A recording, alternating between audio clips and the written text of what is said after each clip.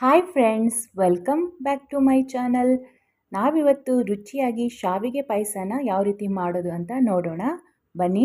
ಹಾಗೆ ನಮ್ಮ ವಿಡಿಯೋನ ಯಾರಾದರೂ ಹೊಸಬ್ರು ನೋಡ್ತಾ ಇದ್ದರೆ ಸಬ್ಸ್ಕ್ರೈಬ್ ಮಾಡ್ಕೊಳ್ಳೋದನ್ನು ಮರಿಬೇಡಿ. ಮೊದಲಿಗೆ ನಾವು 1 ಕಪ್ಪು ಶಾವಿಗೆನ ತಗೊಂಡಿದ್ದೀವಿ. ಸ್ವಲ್ಪ ದ್ರಾಕ್ಷಿ, ಗೋಡಂಬಿ, ಅರ್ಧ ಕಪ್ ಸಕ್ಕರೆ, 8 ಏಲಕ್ಕಿ ಬೀಜನ ತಗೊಂಡು ಚೆನ್ನಾಗಿ ಹುರ್ಕೊಂಡು ಅದನ್ನು ಪೌಡ್ರ್ ಮಾಡಿಕೊಂಡು ಇಟ್ಕೊಂಡಿರಬೇಕು. ಅದನ್ನು ಕೊನೆಯಲ್ಲಿ ಶಾವಿಗೆ ಪಾಯಸಕ್ಕೆ ಹಾಕ್ತೀವಿ.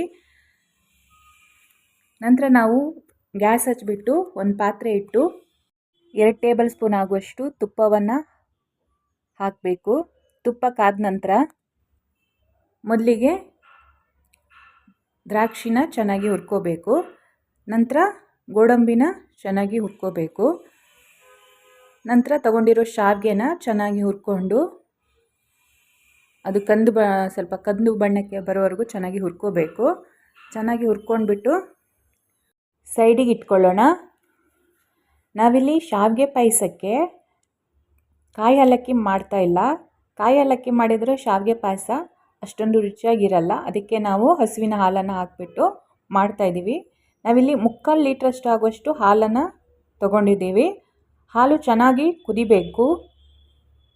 ನಂತರ ಇದಕ್ಕೆ ನಾವು ಅರ್ಧ ಕಪ್ ಆಗುವಷ್ಟು ಸಕ್ಕರೆನ ಹಾಕ್ಕೊಂಡು ಚೆನ್ನಾಗಿ ಕುದಿಸ್ಕೋಬೇಕು. ಹಾಗೆ ಸ್ವಲ್ಪ ರುಚಿಗೆ 1-2 ಚಿಟಿಕೆ ಆಗುವಷ್ಟು ಉಪ್ಪನ್ನು ಕೂಡ ಹಾಕೋಬೇಕು. ನಾವಿಲ್ಲಿ ಶಾವಿಗೆನ ಕೂಡ ಹುರ್ಕೊಂಡಿರೋ ಶಾವಿಗೆನ ಕೂಡ ಹಾಕ್ಕೊತಾ ಇದ್ದೀವಿ. ಇವಾಗ ಶಾವಿಗೆ ಚೆನ್ನಾಗಿ ಕುದಿ ಬಂದ ಮೇಲೆ ದ್ರಾಕ್ಷಿ, ಗೋಡಂಬಿನ ಹಾಕಿಬಿಟ್ಟು ಚೆನ್ನಾಗಿ ಮತ್ತೆ ಕುದಿಸಬೇಕು. ನಂತರ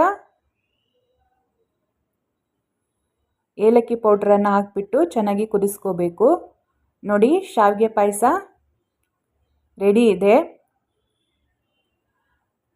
ಯಾವುದಾದ್ರೂ ಪಾಯಸ ಇಷ್ಟಪಡೋರು ಈ ರೀತಿ ಮಾಡಿ ನೋಡಿ, ತುಂಬ ರುಚಿಯಾಗಿರುತ್ತೆ.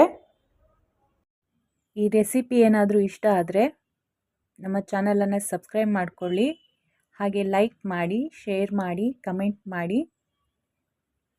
ನೀವು ಸಬ್ಸ್ಕ್ರೈಬ್ ಮಾಡಿಕೊಂಡ್ರೆ ಮಾತ್ರ ನಿಮಗೆ ನಾವೇನಾದರೂ ವೀಡಿಯೋಗಳನ್ನು ಹಾಕಿದರೆ ನೋಟಿಫಿಕೇಷನ್ ಬರುತ್ತೆ.